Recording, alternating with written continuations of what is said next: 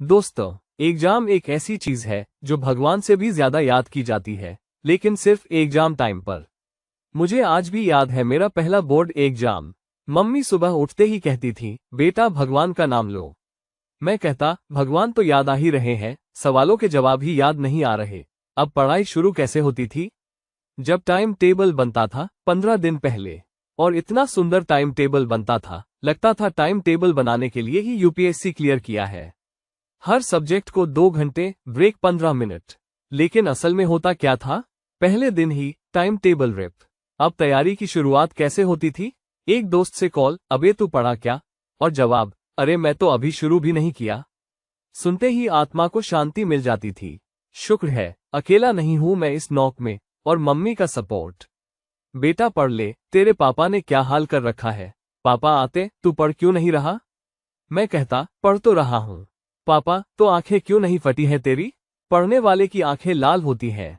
अब बताओ, पढ़ाई करो या भूत बनो? सबसे ज्यादा टेंशन कब होती थी? एग्जाम वाले दिन। सुबह सुबह मंदिर जाओ, किताब को भी प्रसाद चढ़ाओ, और रास्ते में हर कोई यही पूछे, रिवीजन कर लिया? अबे मुझे खुद नहीं पता पेपर कौन सा है। एग्जाम हॉल में जाते ही पसीना ऐसे आता है जैसे सोना में बैठा हूं। पेपर देखते ही पहला सवाल, ये किस किताब से है? दूसरा सवाल, क्या मैं पेपर में नाम लिखकर जा सकता हूँ? और सबसे खतरनाक लोग, वो जो पेपर खत्म होने के बाद बाहर आकर कहते, अबे यार 3 मार्क्स का छूट गया।